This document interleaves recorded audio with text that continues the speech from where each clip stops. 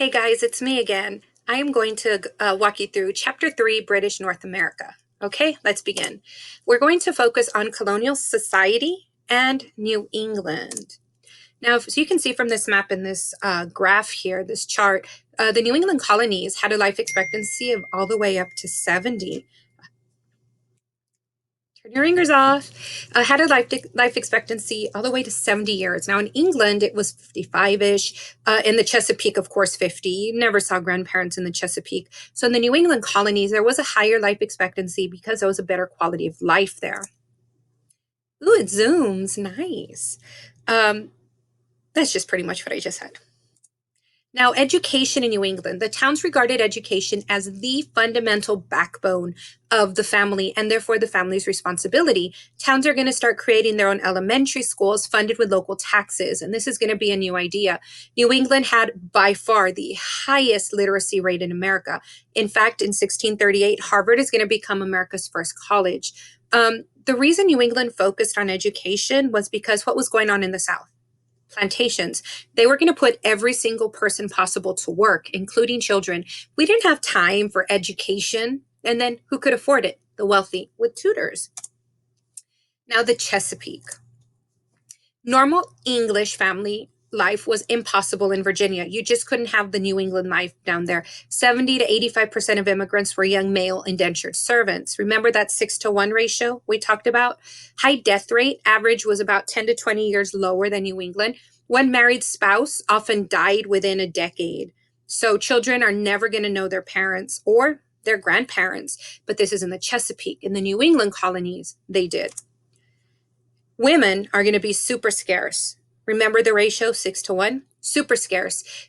This is going to give them some bargaining power. So instead of it being the other way around where women had to compete for their man, the men had to compete for the woman. So she had something going in her favor. So they were allowed to choose their husband, and they're going to choose those with higher status to improve themselves. But they were super vulnerable. They were vulnerable to sexual exploitation.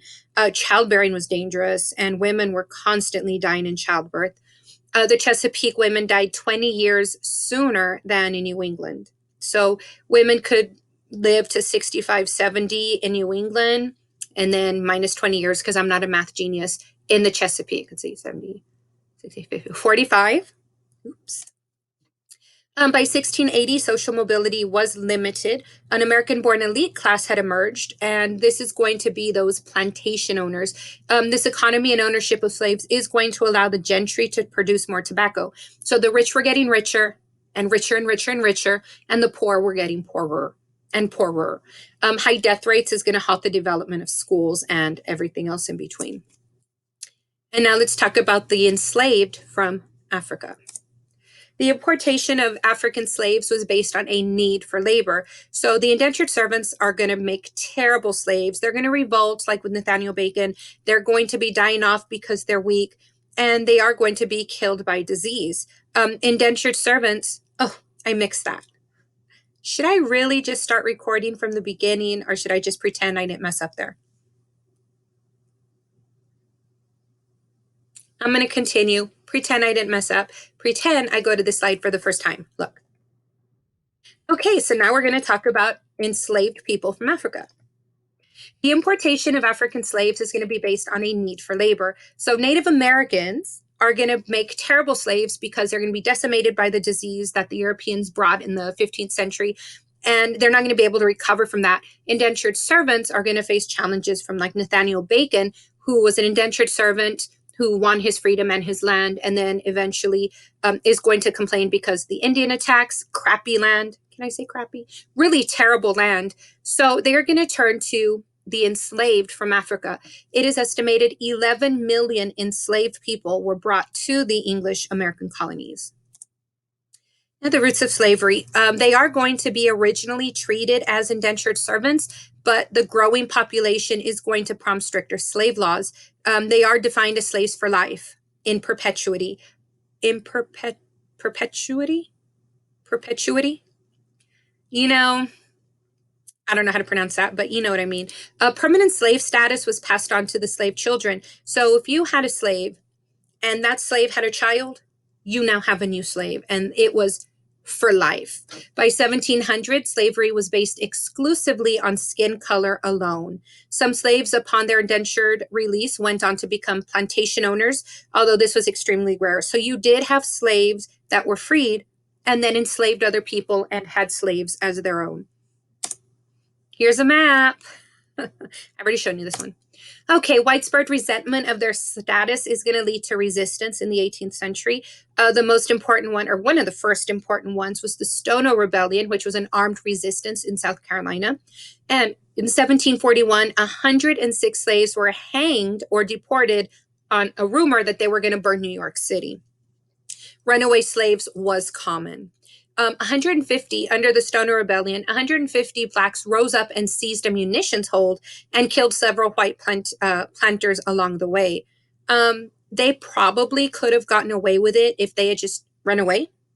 But the fact that they stopped at plantations to kill the plantation owners slowed them down, and they were caught and captured and killed. Response to economic competition. Remember, what's the bottom line? Money.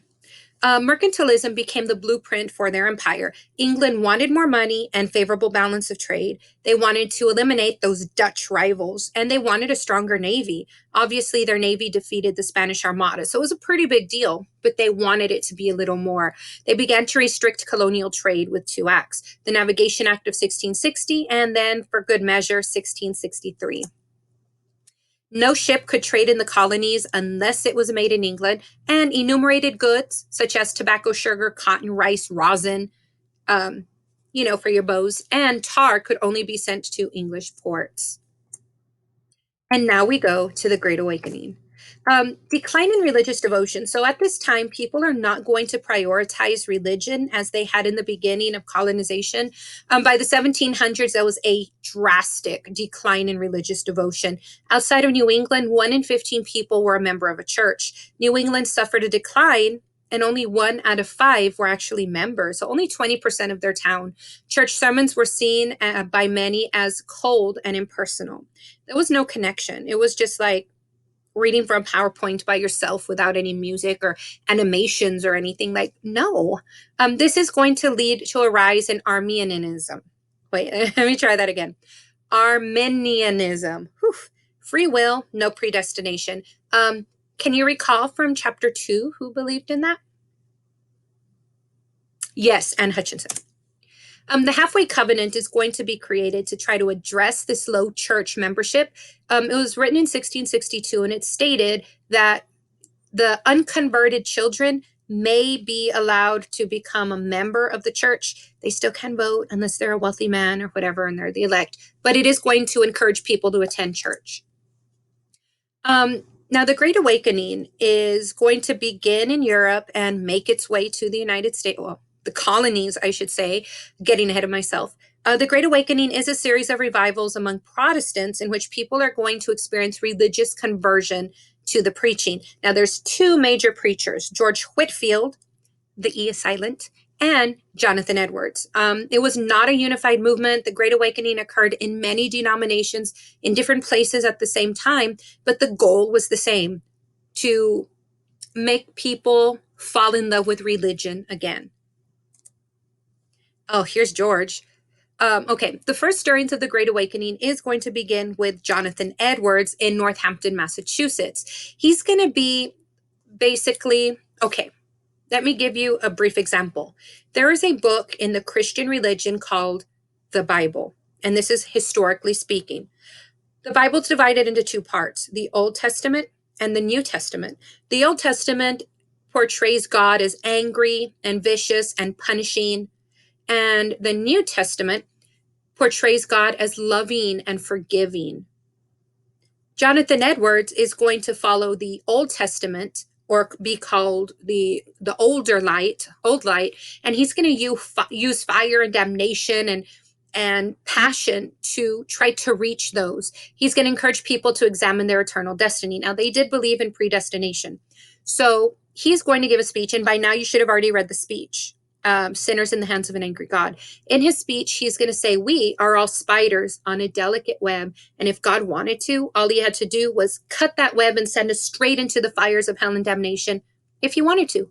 Or he could leave us alone. It's up to him. We, the spider, can't stop God from cutting the web.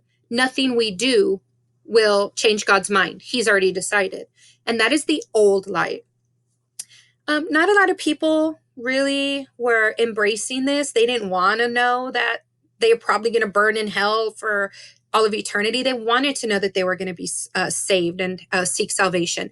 George Whitefield, the E is silent. George Whitefield is going to become the most popular of the evangelists at the time because he's going to preach New Testament. He's going to preach God loves you. He forgives you. Just ask him. And he's going to give these sermons to thousands in almost every single colony. And because of this, itinerants disrupted the established churches, claiming ministers were not taught to see the light. I read it. I don't know what it means. You probably don't either. I'm going to move on. Now, the impact of the Great Awakening is new universities are going to be created specifically to educate the new light preachers, such as George Whitefield. The E is silent. The first one, of course, is going to be Princeton, Dartmouth, Brown, Rutgers. And then the first national event is going to encourage contact among scattered colonists in different regions. So they're going to have something that unites them for the first time, not the last. Of course, the next will probably be the French and Indian War. And it empowered non-elites to challenge their social superiors. Why am I poor? Why am I the one suffering? Maybe I should start questioning my status quo in life. And now we're going to talk about growth and diversity.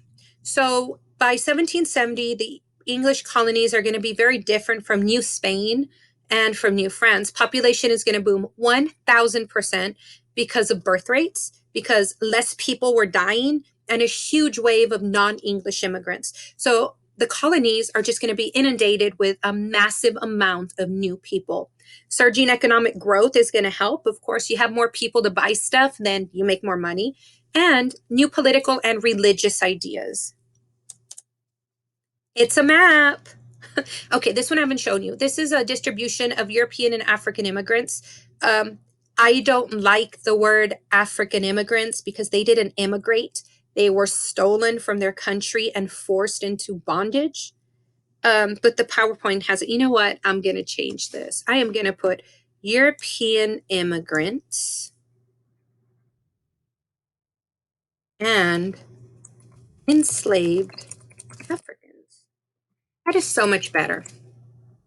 So you can see a lot of the African people the slaves are going to be brought into Virginia and the Carolinas. And let me just say, there's been a movement by history teachers to stop calling them slaves and to call them enslaved. So I don't know if in the first 2 chapters you noticed me saying that, and it's hard. It's new. It's new for me. So if I, trip up and say slaves, or it seems awkward that I'm saying enslaved Africans, there's a movement to stop calling them slaves because they were enslaved. Okay. So distribution of European immigrants. Let me move this video. It's kind of in the perfect.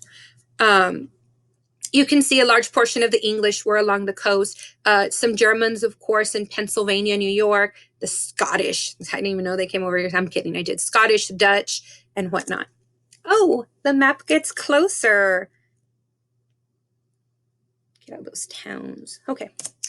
Another map, but this one is going to show the different types of colonies. So at the end of chapter 2, I believe, I told you that the king enveloped all of the New England colonies into one called the Dominion.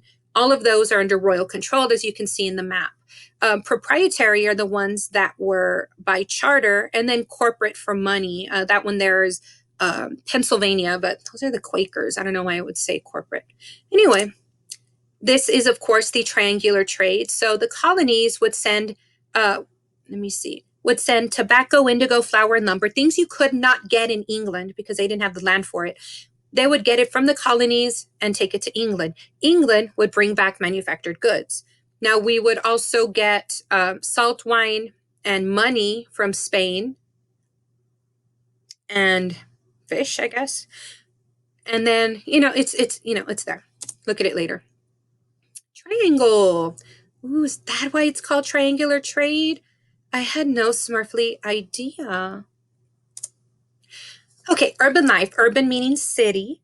A few colonists did live in the cities. Only Boston, Newport, New York, Philly, and Charlestown contain only 5% of the total population of the colonies. Cities are going to be geared toward intermediary trade. So everybody lived in the country. The only people that really lived in the cities were the merchants, the people that sold things. And they're going to begin to attract colonists wanting opportunities because what's the bottom line? Money. Politics, my favorite. Just kidding. Contrasting colonial politics, unlike state controlled Spanish and French colonies, the English were pretty much decentralized. All colonies had royal governors, like I showed you on the map, except Connecticut and Rhode Island. All had assemblies that controlled local finances, and they were not democratic. Power was centralized with a wealthy landed elite. And you're going to see that, how do I say it? To this day. You know that meme of the guy who goes like, to this day. That's my favorite meme, by the way. Okay, governing the American colonies, colonial government patterns. Royal governors were incompetent. They were bound by instructions from England. Their hands were tied. They couldn't do anything without England's say so, and nobody listened to them. The governors' councils are going to advise the governors, but they did not represent the colonists themselves. Remember, the colonists had their own government. They had their own assemblies. Their own wealthy landed elite were in charge. It was like they were for show. Colonial assemblies were the ones that were autonomous and very representative of the colonies. They were elected members of these assemblies, and they felt that it was their right to protect the interests of the colonists. They were more interested in pleasing their constituents than obeying the governor. So who are you going to make happy? The governor who takes orders from the king, who never checks up on you, or the colonial assemblies who are getting the voices of the people who can remove you or whatnot.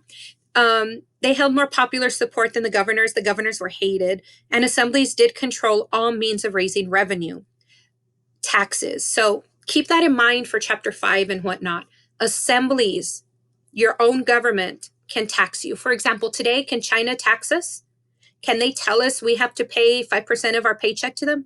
No, they're not America. Only America could tell me what to do with my paycheck. China cannot, and that's going to be one of the biggest no taxation without representation things. English control over America. Now, in the 18th century, England did maintain a unique political relationship with America. The economic relationship was defined by mercantilism. Political relationship was defined by salutary neglect.